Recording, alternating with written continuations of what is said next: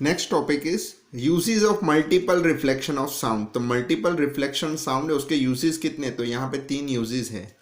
Megaphone, horn, shehnai has a conical opening which reflect the sound successively in forward direction towards the audience। तो यहाँ ये megaphone है, horn है, उनका conical opening होता है, कौन शेप होता है, ये कौन शेप आपको दिख रहा है।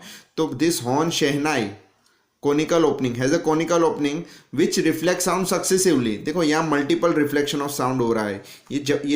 ये जो अंदर का पार्ट होता है वो एकदम शाइनी होता है, मेटल का बना हुआ होता है। तो शाइनी पार्ट में क्या होता है? रिफ्लेक्शन होता है, मल्टीपल रिफ्लेक्शन होगा। तो यहाँ बिकॉज ऑफ सक्सेसिव रिफ्लेक्शन लिखा हुआ है, you can write multiple reflection of sound, it reaches forward direction. ये जो साउंड है वो कहाँ जाएगा? Forward direction towards the audience and travel a long distance. ये लॉन्ग डिस्टेंस तक ट्रैवल कर सकता है। तो megaphone as a conical opening, so due to multiple reflection of sound it reaches forward direction towards the audience. Next is stethoscope is used to listen sound produced in lungs and heartbeats by doctor। तो doctor है वो stethoscope use करते हैं, right?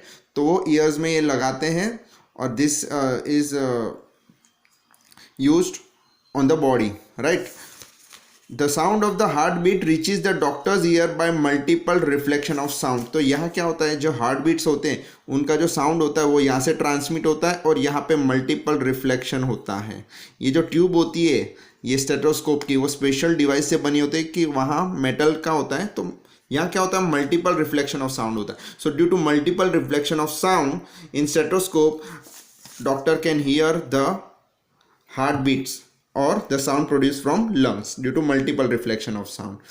In concert, conference and cinema hall, ceiling are made curved। तो जो ceilings होती है ये हॉल्स में, कंसर्ट हॉल में और कॉन्फ्रेंस हॉल में, तो उसमें कर्व्ड होती है। ऊपर का जो पार्ट होता है वो स्ट्रेट नहीं होता, थोड़ा कर्व्ड होता है, राइट? तो because of the curveness there is a reflection of sound and it reaches all the corner of the hall. यहाँ मैं डायग्राम दिखाता हूँ, टेक्स्ट बुक में है। तो यहाँ आप देख सकते हो कि ये जो सीलिंग्स है दैट इज कर्व्ड। तो यहाँ से जो साउंड प्रोड्यूस होता है, राइट, वो रिफ्लेक्ट होकर कहाँ आता है? नीचे की तरफ जाता है because of multiple reflection and it reaches towards the audience.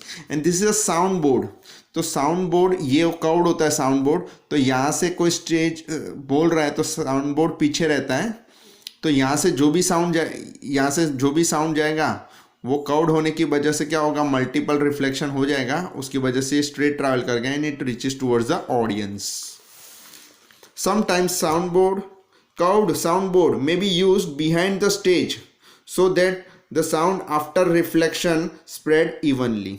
तो यहाँ जो कर्व्ड साउंड बोर्ड है वो कहाँ होता है? स्टेज के पीछे, so that the sound can be reflected and it spread evenly everywhere.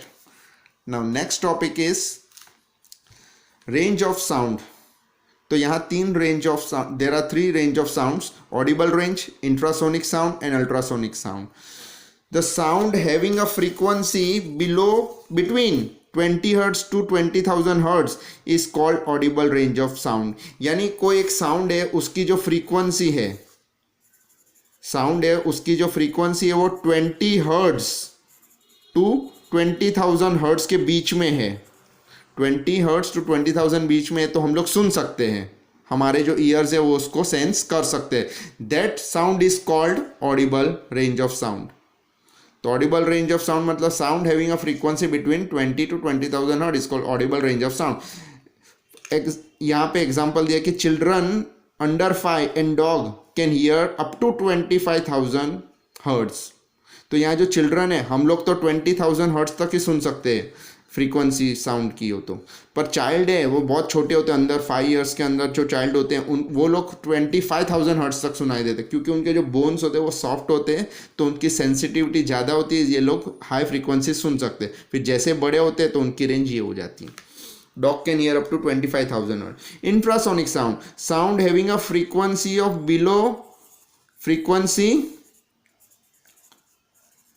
Less than 20 hertz is called infrasonic sound. Less than 20 hertz यानी 18 hertz, 10 hertz, 1 hertz, 2 hertz, 3 hertz, that is called infrasonic sound. अगर कोई sound है उसकी frequency less than 20 hertz है, it is called infrasonic sound. Who can produce infrasonic sound? Bees, rhinoceros, whale elephant and earthquake, जब earthquake आता है तो उसमें से भी वेव्स प्रोड्यूस होती है, तो उसमें से भी एक साउंड प्रोड्यूस होता है, दैट इज इंफ्रासोनिक साउंड, जो हमें नहीं सुनाई देता because it is below 20,000 hertz. Elephants can also produce infrasonic sound, whales and they can communicate with this infrasonic sound. ये whale है वो एक दूसरे से communicate कर सकती है, एलिफेंट भी एक दूसरे से ये साउंड से communication कर सकते हैं. Ultrasonic sound, sound having a frequency higher than 20,000 hertz, यानी थर्ड है फ्रीक्वेंसी ग्रेटर देन 20,000 हर्ट्ज. ये 20 to 20,000 हर्ट्ज है फ्रीक्वेंसी, ये लेस देन है और ये ग्रेटर देन 20, तो it is called ultrasonic sound. Ultrasonic sound, sound having a frequency higher than 20,000 hertz is called ultrasonic sound. Example dolphin, bat, porpoises, rat and moth.